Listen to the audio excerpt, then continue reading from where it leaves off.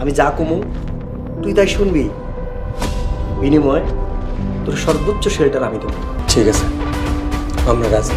Hello viewers, আসসালামু আলাইকুম। চলে আসলাম আবারও নতুন আরেকটি ভিডিও নিয়ে। আজকের এই ভিডিওতে আমি আপনাদেরকে জানিয়ে দিব পাগলা মাসুম নাটকের সিজন 2 এর 8 নাম্বার এপিসোডটি কখন এবং কিভাবে দেখতে পাবেন। পাশাপাশি 7 নাম্বার এপিসোডে কি কি ঘটেছিল সেই বিষয়ে আলোচনা করব আজকের এই ভিডিওতে। তো ভিডিওটি না টেনে মনোযোগ সহকারে শেষ পর্যন্ত দেখতে থাকুন, এবং আপনি যদি আমাদের চ্যানেলে নতুন হয়ে থাকেন তাহলে ভিডিওতে একটি লাইক দিয়ে চ্যানেলটিকে সাবস্ক্রাইব করে রাখুন, যাতে করে আমাদের চ্যানেলের যে কোনো নতুন নতুন ভিডিওগুলো সবার আগে আপনার কাছে পৌঁছে যায়। পাশাপাশি আপনার নাম এবং আপনি আমাদের আজকের এই ভিডিওটি কোন জায়গা থেকে দেখতেছেন সেটা কমেন্টে জানিয়ে দিবেন। তো ভিউয়ার্স, অনেক প্রত্যাশার পর পাগলা মাসুম নাটকের সিজন 2 এর 7 নম্বর এপিসোডটি প্রকাশিত হয়েছে ঈগল ওয়েব সিরিজ ইউটিউব চ্যানেলে। তো চলুন আপনাদেরকে জানিয়ে দিই 7 নম্বর এপিসোডে কি কি ঘটেছিল। ভিউয়ার্স, 7 নম্বর এপিসোডে আমরা লক্ষ্য করেছি গিট্টু এবং তার দলবল যখন পাগলা মাসুমের বোনদেরকে প্রতিনিয়ত উত্ত্যক্ত করত, তখন পাগলা মাসুমের মা এবং বোনেরা সে বস্তি থেকে চলে যাওয়ার সিদ্ধান্ত নিয়েছে। এদিকে পাগলা মাসুম শহরে এসে তার মা এবং বোনদেরকে পাগলের মতো খুঁজতেছে।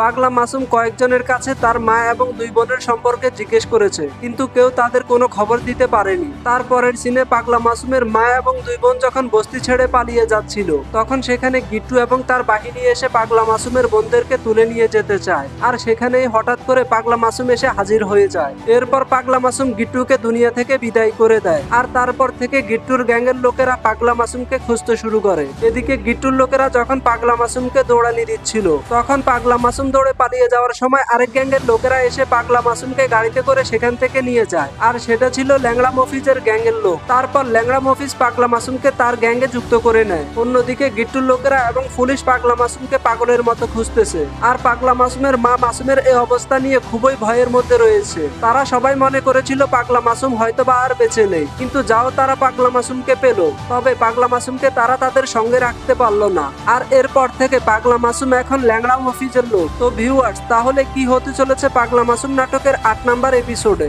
8 নাম্বার এপিসোডে আমরা দেখতে পাবো গিট্টুর গ্যাংয়ের লোকেরা পাগলা মাসুমকে খুঁজে না পেয়ে আবারও এসে তার দুই বোনকে তুলে নিয়ে যাবে, আর এই খবর যখন পাগলা মাসুম শুনতে পাবে তখন আবারও তাদের উপর আক্রমণ করবে।